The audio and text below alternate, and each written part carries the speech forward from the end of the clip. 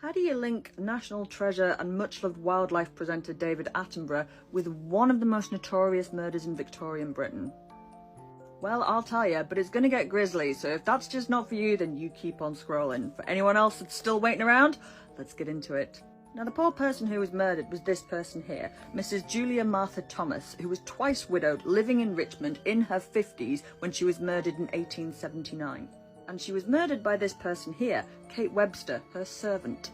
Now, it wasn't really the murder that caught all of the media attention. It was what Kate did after the murder, what she did with the body. But before we get to that, a bit of background on who Kate Webster was. Kate was 30 at the time of the murder, and she'd originally come from Ireland, and she was a lady with a really troubled past. She was one of those people that just pathologically lies about everything. You can never really trust them. She also had a really long history of thieving. She thieved all the time. She did numerous prison stints for it, and she would use multiple aliases all over the place, and she kind of bandied around Britain once she'd come over from Ireland. She ended up in London after several prison stints with an illegitimate son, where she tried her hand at domestic servitude. She also had a real problem with the drink. In March 1879, Mrs. Thomas had tried to dismiss Kate Webster from her employee. She just got fed up with the drink, and she was just not a good employee, as you can well imagine. And we know what happened next, because eventually Kate confessed to the whole thing. And this is what she said happened. I'll get it the way you can pause to read. Kate said they got into an argument and she pushed her down the stairs, and then just to make sure that she'd really finished her off, she strangled her at the end of it as well. I told you it was going to be grim. But then things get really nasty.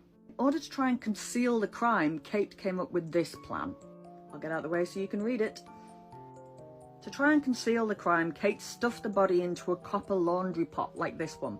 Of course, she had to try and dismember it first, and she couldn't fit everything in, so the head and a foot were left out. After she'd boiled the body up, she wrapped the remains in cloth and lobbed it into the Thames. There's unconfirmed stories that she sold the fat to various kids in the neighbourhood, because they really did used to have lard and dripping back then, but we don't know if that's actually true.